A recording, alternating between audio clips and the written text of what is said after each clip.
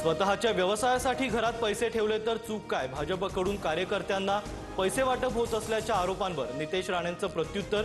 निलेश राणेंनी धाड टाकलेल्या विजय कनवडेकरांच्या घरी नितेश राणेंची भेट।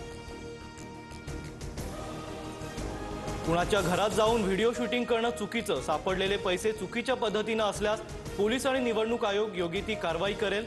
मंत्री चंद्रशेखर बावनकुळेंची प्रतिक्रिया।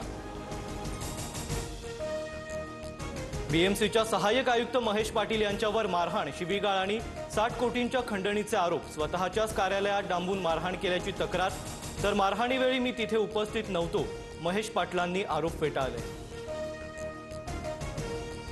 उज्ज्वला थिटेंना त्रास देण्याचा प्रयत्न झाला, काही माणसं विकृतपणे वागली, मात्र लोकशाही दमदाटी करून चालत नाही, कायद्याचा धाक सर्वांसाठी सारखाच, अजित पवारांचा राजन पाटलांवर निशाणा।